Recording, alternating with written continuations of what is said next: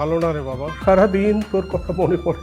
তোর গল্পটাকে সাজিয়ে দিলাম। প্রেক্ষাগৃহে মুক্তির মাত্র দুদিন আগে কন্ট্রাক্ট ম্যারেজ সিনেমার সেন্সর সনদ বাতিল করা হয়েছে। নানা সমালোচনার পর সেন্সর সনদ বাতিল করেছে বাংলাদেশ চলচ্চিত্র সেন্সর সার্টিফিকেশন বোর্ড। মূলত নাটকের অভিনেত্রী জেবা জান্নাতের অভিযোগের প্রেক্ষিতেই এই সিদ্ধান্ত নেওয়া হয়েছে বলে জানা গেছে।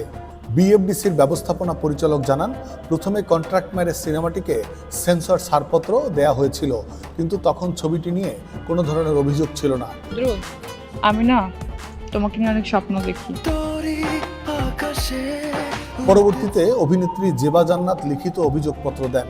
শুরুতে জেবাকে নাটক হিসেবে চুক্তিবদ্ধ করেছিলেন প্রযোজক ও অভিনেতা হাসান জাহাঙ্গীর। পরে সিনেমা হিসেবে মুক্তির পরিকল্পনা করেন তিনি। এতে আপত্তি জানান জেবা। পাশাপাশি প্রযোজকের সঙ্গে চলচ্চিত্র সংক্রান্ত কোনো ধরনের আনুষ্ঠানিক চুক্তি হয়নি বলেও অভিযোগ করেছেন তিনি। এসব কারণেই সিনেমা হিসেবে এর মুক্তির ছাড়পত্র বাতিল করা হয়েছে।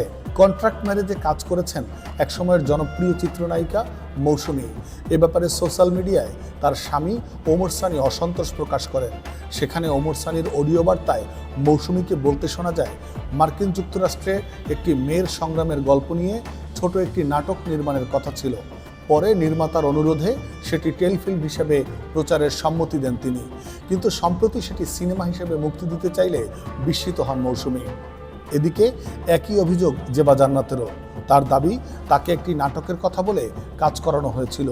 শুটিংয়ের সময় বিভিন্ন জটিলতায় পড়ার পর জানতে পারেন এটি সিনেমা হিসেবে মুক্তির পরিকল্পনা করা হচ্ছে। তারপর থেকে এ নিয়ে আপত্তি জানাতে থাকেন এ অভিনেত্রী। কন্ট্রাক্ট ম্যারেজের গুরুত্বপূর্ণ চরিত্রে অভিনয় করেছেন চিত্রনায়িকা মৌসুমী, হাসান জাহাঙ্গীর ও জেবা জান্নাত। 15ই মে এটি প্রেক্ষাগৃহে মুক্তির কথা ছিল। Desk report, next Bangladesh 24।